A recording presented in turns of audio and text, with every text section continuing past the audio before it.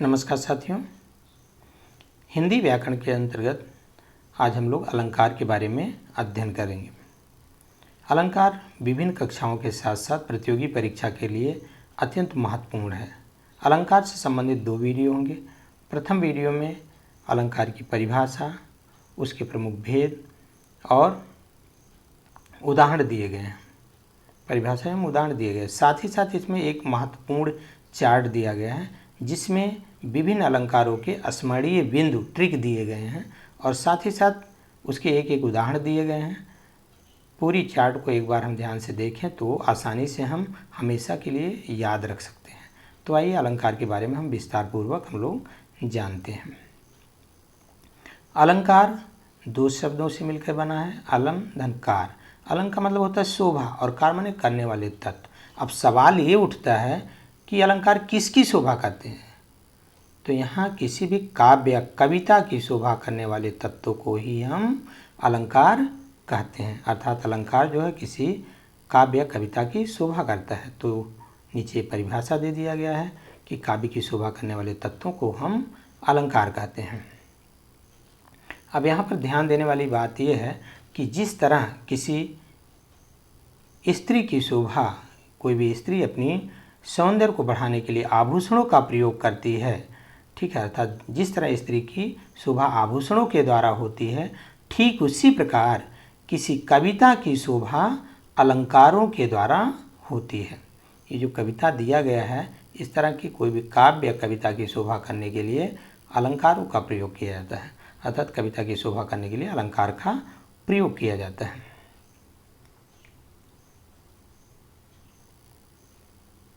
अब यहाँ पर विभिन्न विद्वानों ने अलंकार को विभिन्न तरीके से परिभाषित किया है। आचार्य दंडी कहते हैं काव्य शोभाकरान धर्मान अलंकारान प्रचिस्ते, अर्थात काव्य की शोभा करने वाले धर्मों को अलंकार कहते हैं।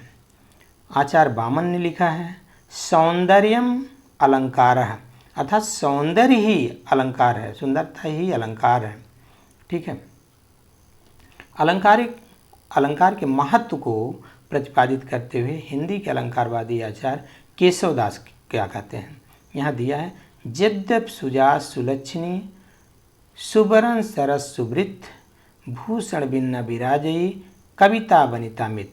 कह रहे हैं कि जिस प्रकार कोई भी स्त्री होती है, कोई भी स्त्री हो, ठीक है, वनिता का मतलब यहाँ स्त्री दिया है, कोई भी स्त्री होती है, कोई स्त्री यद्यप उत्तम जाति वाली हो, सुंदर लक्षण वाली हो, सुवर्ण सुंदर रंग वाली हो, सरस अर्थात रसीली हो, रसपूर्ण वाणी बोलने वाली हो, मीठी वाणी बोलने वाली, सुवृत अच्छी चरित्र वाली हो, सब कुछ होने के बावजूद भी भूषण बिन न विराजई, आभूषण के बिना न विराजई, वो सुशोभित नहीं होती है। जिस प्रकार कोई भी स्त्री उत्तम जात, सुंदर लक्षण, सुंदर रंग, मीठी वाणी बोलने वाली, चरित्रवान होने के बावजूद भी, सभी गुणों से संपन्न होने के बाद भी आभूषणों के बिना सुशोभित नहीं होती है, ठीक उसी प्रकार कविता में बहुत सारे गुण हों लेकिन अलंकार न हो तो वो स्त्री की भांति सुशोभित नहीं होता है। अर्थात कोई भी कविता हो, उसमें सुंदर वर्ण, सुवर्ण माने सुंदर, वर्ण माने यहाँ वर्ण का तात्पर्य वर्ण से लिया गया। वर्ण का मतलब अक्षर और वर्ण का मतलब रंग भी होता है। तो स्त्री के संदर्भ में वो रंग हो गया, लेकिन यहाँ कविता के अर्थ में जो है वर्ण का मतलब वर्ण या अक्षर। तो सुंदर अक्षर होने के बाद, सरस अर्थात रस से युक्त होने के बाद, कविता में रस का प्रयोग करता है, रस का प्रयोग होने के बावजूद, सुवृत अर्थात छंद होने के बाद भी, अर्थात उसमें अच्छे अक्षरों का, वर्णों का प्रयोग किया गया हो, रसों का प्रयोग किया गया हो, अच्छे छंदों का प्रयोग हो, सब कुछ होने के बावजूद भी अगर उसमें भूषण नहीं होता अर्थात अलंकार नहीं होता है तो वह निरर्थक है, वह शोभा नहीं प्राप्त कर पाता है। तो इस तरह केशवदास ने अलंकारों के महत्व पर जोर दिया है कि अलंकार किसी भी काव्य का महत्वपूर्ण तत्व है। अब देखिए यहाँ अलंकार जो है, अलंकार के भेद दिए गए हैं। जैसे कोई भी कविता होती है तो उसमें कविता की सुंदरता दो कारणों से बढ़ती है। पहला होता है कि शब्द के द्वारा और दूसरा होता है अर्थ के द्वारा।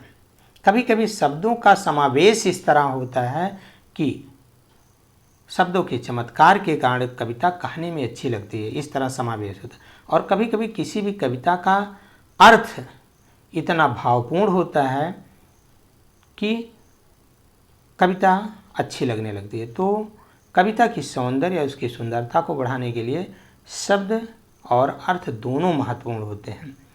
अब यहाँ पर शब्दालंकार, जब शब्दों के द्वारा किसी भी कविता की शोभा बढ़ती है तो वहाँ शब्दालंकार, जैसे कि नाम से ही स्पष्ट यहाँ पर दिया है, शब्द धन अलंग धनकार, अर्थात अलंग माने शोभा, जब शब्दों के द्वारा शोभा बढ़ती है तो शब्दालंकार।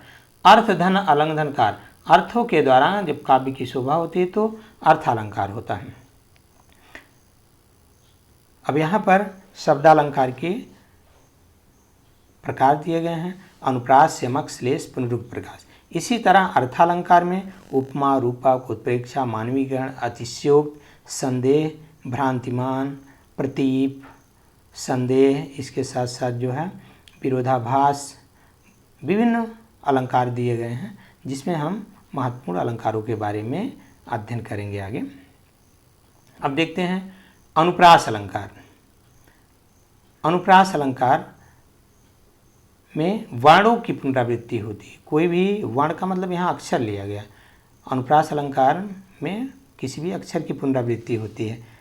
अब यहाँ पर हम देख रहे हैं कि एक कविता लिया गया है। चारों चंद्र की चंचल किरणें खेल रही हैं जल थल में, स्वच्छ चांदनी बिछी हुई अवनी और अंबर तल में, पुलक प्रकट करती है धरती हरित तृणों के नोकों से, मानो झीम रहे हैं तरभुई मंद पवन के झोंकों से। पंचवटी की छाया में सुंदर पर्ण कुटीर बना, उसके सम्मुख स्वच्छ शिला पर धीर वीर निर्भीक बना। जाग रहा है कौन धनुर्धर जबकि भुवन भर सोता है, भोगी कुसुमायुध योगी सा बना दृष्टिगत होता। बहुत लंबी कविता है और ये मैथिली शरण गुप्त की पंचवटी खंड काव्य से लिया गया है। अब इसमें हम देख रहे हैं कि कविता का हमने गान नहीं किया, इसको हमने गाया नहीं है, लेकिन शब्दों का इस तरह समावेश किया गया है कि कविता अपने आप कहने में ही अच्छी लग रही है। तो यहाँ शब्दों के प्रभाव के कारण जो है कविता की सुंदरता बढ़ रही है, सौंदर्य बढ़ रहा है। ठीक है, तो हमारा महत्वपूर्ण यहाँ उद्देश्य है कि इन पंक्तियों के माध्यम से हम अनुप्रास अलंकार की पहचान कैसे करेंगे इसके बारे में। यहाँ चारु चंद्र की चंचल किरणें देख रहे हैं कि पहली पंक्ति जो है चारु चंद्र की चंचल किरणें, यहाँ पर चा वर्ण की पुनरावृत्ति हो रहा है। जब किसी कविता में किसी भी अक्षर की पुनरावृत्ति होती है अर्थात बार बार वही अक्षर आता है तो वहाँ अनुप्रास अलंकार होता है। इसलिए हमने यहाँ लिख रखा है कि वर्णों की पुनरावृत्ति। ठीक है, फिर भी आपको ये भी नहीं याद रहता कि वर्णों की पुनरावृत्ति इसमें होती है, तो एक चीज़ ध्यान रख सकते हैं कि अनुप्रास से ही आप दिमाग लगा लीजिए कि अनुप्रास में अनु शब्द आया। अनु का मतलब होता है अनुसरण करना, अनुसरण करना अर्थात फॉलो करना। और फॉलो करना का मतलब क्या होता है कि कोई भी अक्षर एक बार आए और उसी के समान अक्षर पुनः उसको फॉलो करता था तो उसके पीछे उसी के समान अक्षर आए अर्थात बार बार वही अक्षर आ रहा हो, तो वहाँ अनुप्रास अलंकार होता है। तो मेरे ख्याल से आपको ये चीज़ें आसानी से समझ में आ गई होगी। अब इसी को हमने यहाँ परिभाषा दे दिया गया। अगर आप परिभाषा जानना चाहते हैं तो ये आप देख सकते हैं। जब किसी कविता में बड़े अक्षर की पुनरावृत्ति हो तो वहाँ अनुप्रास अलंकार होता है। अब हम बढ़ते हैं यमक अलंकार की तरफ। यमक का शाब्दिक अर्थ होता है युग्म या जोड़ा, अर्थात इस अलंकार की खास बात क्या है कि जब भी कोई कविता दिया हो और ये जान जाइए उसमें कि उस कविता में कोई भी शब्द जोड़े के रूप में आए, पेयर के रूप में आए या युग्म के रूप में आए, सबका मतलब एक ही है, लेकिन उसके अर्थ अलग अलग हों तो वहाँ समझिए कि यमक अलंकार है। अब यहाँ उदाहरण के माध्यम से समझते हैं। एक उदाहरण दिया है, सूर सूर तुलसी शशि उदगण केशव दास, अब के कब खड्योग सम जह तह करत निवास। किसी विद्वान ने हिंदी साहित्य में कवियों का स्थान निर्धारण किया है और बताया है कि सूर सूर तुलसी शशि अर्थात सूरदास सूर्य के समान महत्व रखते हैं और तुलसीदास चंद्रमा के समान महत्व रखते हैं। जिस तरह आसमान में सूर्य और चंद्रमा का स्थान होता है, उसी तरह सूरदास जो है, ये सूरदास हैं, सूर्य के समान महत्व रखते हैं और तुलसीदास चंद्रमा के समान महत्व रखते हैं। अब हमारा उद्देश्य ये समझाने का कि यहाँ पर हम देख रहे हैं दो शब्द प्रयोग हुए हैं, सूर सूर, अर्थात ये जोड़े के रूप में आए हैं, पेयर के रूप में, और कभी कभी ये अलग अलग जगह पे, मतलब उसी पंक्ति में अलग अलग स्थानों पे भी आ सकते हैं। ठीक है, लेकिन शब्द समान होते हैं लेकिन अर्थ अलग अलग होते हैं। यहाँ पहले सूर का तात्पर्य सूरदास से और दूसरे सूर का तात्पर्य सूर्य से लिया गया है। शब्द समान है लेकिन अर्थ अलग अलग है। तो यमक अलंकार में शब्द जोड़े के रूप में आते हैं या एक से अधिक बार आते हैं लेकिन अर्थ अलग अलग हो। जहाँ ऐसा हो समझिए यमक अलंकार है। और फिर भी आप भूल जाते हैं कि यमक अलंकार में कैसे हम पहचानें, कुछ समझ में नहीं आ रहा है, तो एक चीज़ ध्यान ही जरूर रखना कि यमक का जो है मीनिंग होता है, उसका शाब्दिक अर्थ होता है युग्म। अब यमक में भी यह आता है, युग्म में भी यह आता है। अब इससे आप जान दीजिए, इतना आपको याद हो गया तो आपको समझ में आ जाना चाहिए कि युग्म का मतलब क्या होता है। शब्द जोड़े के रूप में आ रहे हैं, अर्थात एक से अधिक बार आ रहे हैं, लेकिन उसके साथ कंडीशन लगी है, अर्थ अलग अलग है। अब ये जैसे ही आपके दिमाग में ये चीज़ें आएंगी आप तुरंत आसानी से कर सकते हैं। तो यहाँ पर परिभाषा दे दिया, यमक का शाब्दिक अर्थ युग्म या जोड़ा। जब कोई भी कविता में कोई भी शब्द एक से अधिक बार आए या जोड़े के रूप में आए लेकिन अर्थ अलग हो, वहाँ यमक अलंकार होता है। अब हम बढ़ते हैं श्लेष अलंकार। श्लेष का मतलब होता है, वर्ड मीनिंग ध्यान रखें, कभी नहीं भूलेगा। श्लेष का मतलब चिपका हुआ। अब सवाल उठता है क्या चिपका हुआ। इसका मतलब कोई भी कविता में किसी एक शब्द से अनेक अर्थ चिपके होते हैं, एक शब्द के अनेक अर्थ चिपके होते हैं, तो वहाँ श्लेष होता है। अनेक अर्थ होते हैं, अनेक अर्थ चिपके हों तो समझिए कि श्लेष अलंकार है। अब इसको उदाहरण के माध्यम से हम समझते हैं।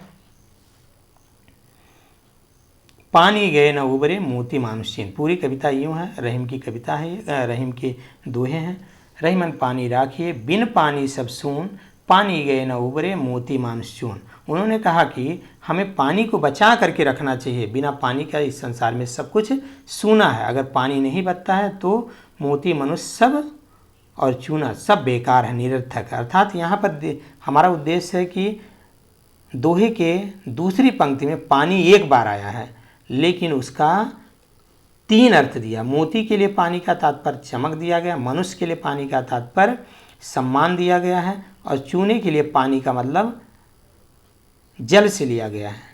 ठीक है, अर्थात इस पानी के तीन अर्थ दिए गए हैं। अब देखिए, मोती के लिए पानी का तात्पर्य, मोती के लिए पानी का तात्पर्य चमक से दिया गया है। ये चमक, कभी कभी हम देखते हैं कि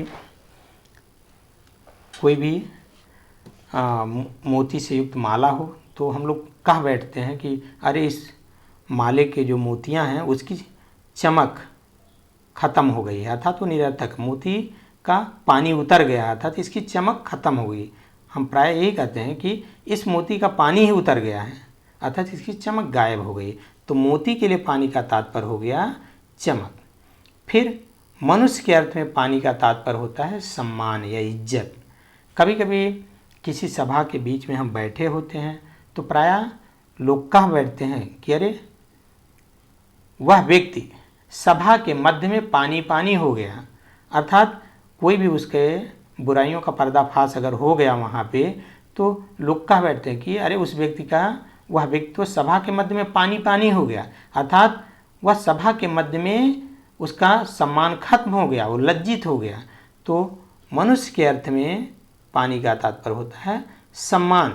या कभी कभी हम ये भी कहते हैं कि हम किसी से नाराज़ होते हैं तो नाराज़गी में हम कभी कभी बोल बैठते हैं कि आप कितने पानी में हैं हम बहुत अच्छी तरह जानते हैं, अर्थात आप कितने पानी में हैं, अर्थात आपका कितना सम्मान है समाज में हम बहुत अच्छी से जानते हैं। तो प्रायः हम पानी का प्रयोग मनुष्य के अर्थ में जो है सम्मान के लिए करते हैं। ठीक है, अब यहाँ पर देखिए सम्मान समारोह हो गया, तो मनुष्य के लिए पानी का तात्पर्य यहाँ सम्मान के लिए। फिर तीसरा उदाहरण दिया गया है चूने के लिए। चूने के लिए पानी का तात्पर्य होता है जल। ठीक है, चून के दो अर्थ होते हैं। एक चून जो होता है जैसे मोटा आटा होता है उसको भी चून बोलते हैं, और दूसरा चून का मतलब चूने के अर्थ में। चूना क्या होता है? चूना पत्थर होता है जो खाद्यान्नों से निकाला जाता है, जिसको हम गला करके, ये चूना पत्थर है, गला करके हम क्या करते हैं, पानी में गलाते हैं, और गला करके हम क्या निकाल लेते हैं, उसको गलाने के बाद जो है जब वो गल जाता है तो उसमें और पानी मिक्स करके हम वाइट वॉश करके दीवार जो होते हैं, दीवार की घरों की पुताई करते हैं। या इसका औषधीय प्रयोग भी होता है, चूने का औषधि के रूप में भी प्रयोग किया जाता है, या जो पान खाते हैं उसमें भी चूने का इस्तेमाल किया जाता है। तो कहने का मतलब कि अगर इस चूने में पानी ना हो तो निरर्थक है। यहाँ इस चूने के लिए पानी का तात्पर्य जल से लिया गया है, H2O है ये। ठीक है, तो सबके अलग अलग अर्थ दिए गए हैं। ये जो है चूना जो होता है ये होता कैल्शियम कार्बोनेट, एक्चुअल में पत्थर के समान होता है, इसी को कहते हैं कैल्शियम कार्बोनेट। और जब उसमें जल मिला देते हैं, H2O मिला देते हैं, तो ये बन जाता है CaOH का होल ट्वाइस प्लस CO2। ठीक है, अर्थात ये बुझा चूना इसे कहते हैं, कैल्शियम हाइड्रोक्साइड कहते हैं, या इसी को बुझा चूना कहते हैं। और यही जब चूना गल जाता है तो इसको हम वाइट वॉश करने के लिए, दीवार की पुताई करने के लिए प्रयोग करते हैं। लेकिन अगर उसमें जल ना मिला हो तो ये पत्थर की तरह ही रहेगा, तो इसका प्रयोग हम नहीं कर सकते हैं। तो चूने के लिए पानी का तात्पर्य जल होता है। तो हमने विभिन्न उदाहरणों के माध्यम से यहाँ समझा कि पानी शब्द एक बार आया है, पानी शब्द पूरी कविता में दूसरी पंक्ति में एक बार आया, लेकिन उसके 3 अर्थ दिए हैं। मोती के लिए चमक, मनुष्य के लिए सम्मान, और चूने के लिए जल। तो जब किसी कविता में किसी एक शब्द के अनेक अर्थ चिपके होते हैं तो वहाँ श्लेष अलंकार होता है। ठीक है, इसी को हमने यहाँ परिभाषित कर दिया, परिभाषा का रूप दे दिया है। श्लेष का शाब्दिक अर्थ होता है चिपका हुआ। जब किसी कविता में एक शब्द के अनेक अर्थ हो तो वहाँ श्लेष अलंकार होता है। अब एक है पुनरुक्त प्रकाश अलंकार। पुनरुक्त प्रकाश अलंकार में जो है इसका एक उदाहरण दिया गया है यहाँ पे, सूरज है जग का बुझा बुझा। पुनरुक्त प्रकाश का अगर वर्ड मीनिंग हम देखें तो यहाँ दे पुनरुक्त का मतलब पुनः धन उक्ति, पुनः धन उक्ति। इसका मतलब क्या है कि पुनः उक्ति माने कथन, पुनः वही कथन आ जाता है, रिपीट हो जाता है, वही शब्द रिपीट हो जाता है, या कोई भी कथन रिपीट हो जाता है, लेकिन अर्थ जो दोबारा शब्द आता है उसका अर्थ पहले के समान ही होता है। तो इसीलिए यहाँ लिखा है कि पुनरुक्त प्रकाश अलंकार में शब्द पुनः आता है लेकिन अर्थ समान होता है। यहाँ पर हम देखते हैं सूरज है जग का बुझा बुझा, मतलब संसार का सूरज बुझा बुझा है। बुझा का मतलब बुझने के अर्थ में है। ठीक है, शब्द एक से अधिक बार आया लेकिन अर्थ भी समान है। जबकि यमक अलंकार में क्या होता है, यमक अलंकार में शब्द एक से अधिक बार आता है लेकिन अर्थ अलग होता है, और यहाँ ठीक विपरीत है। यहाँ कुछ समानता है, शब्द एक से अधिक बार आया लेकिन अर्थ समान है। इसी तरह सुबह सुबह बच्चे काम पे जा रहे हैं, यहाँ 2 बार प्रयोग हुआ है लेकिन अर्थ भी समान है। सुबह का अर्थ प्रातः काल के समय, प्रातः, सुबह का मतलब प्रातः काल, ठीक है, या मॉर्निंग। तो अर्थ भी समान है और एक से अधिक बार आया। तो जहाँ ऐसा हो कि शब्दों की पुनरावृत्ति हो लेकिन अर्थ समान हो, वहाँ पर पुनरुक्त प्रकाश अलंकार होता है। तो मेरे ख्याल से आप लोग ये समझ गए होंगे।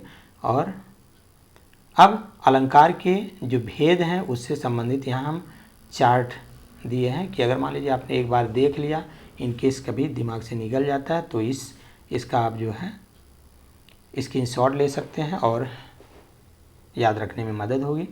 अनुप्रास अलंकार, अनुप्रास अलंकार में वर्णों की पुनरावृत्ति अर्थात अक्षर पुनरावृत्ति होती है, रिपीट होते हैं। चारुचंद की चंचल के चावर्ण की पुनरावृत्ति होती है। यमक अलंकार में जो है शब्द जोड़े के रूप में आते हैं, अर्थ अलग अलग होते हैं। यहाँ देखें, सूर सूर तुलसी सती, सूर सूर एक सूर का सूरदास, दूसरे सूर का तात्पर्य सूर्य। पुनरुक्त प्रकाश अलंकार में पुनः उक्ति आता, पुनः वही शब्द आ सकता है लेकिन अर्थ समान होता है। सूरज है जग का बुझा बुझा, बुझा बुझा शब्द 2 बार आया है लेकिन अर्थ भी समान है। श्लेष में का मतलब होता है चिपका हुआ, एक शब्द से अनेक अर्थ चिपके होते हैं। यहाँ पर एक उदाहरण दिया, अलग उदाहरण दिया, सुबरन को खोजत फिरे कवि व्याभिचारी चोर। अर्थात यहाँ सुबरन का 3 अर्थ दिया गया है। सुबरन के 3 अर्थ हैं। पहले सुबरन के 3 अर्थ है। कवि के लिए सुबरन का तात्पर्य सुंदर अक्षर से दिया है। व्यभिचारी पुरुष के लिए सुबरन का तात्पर्य सुंदर रंग वाली स्त्री। चोर के लिए सुबरन का तात्पर्य स्वर्ण से दिया गया है। तो सुबरन के यहाँ 3 अर्थ दिए गए हैं, अर्थात एक शब्द से अनेक अर्थ चिपके हैं। तो यहाँ भी श्लेष अलंकार है। इसको स्क्रीनशॉट ले करके और आप हमेशा के लिए याद रख सकते हैं। इसी तरह अर्थालंकार है। अर्थालंकार में कई भेद हैं और यहाँ पर इसके महत्वपूर्ण बिंदु दिए गए हैं, परिभाषा दी गई है।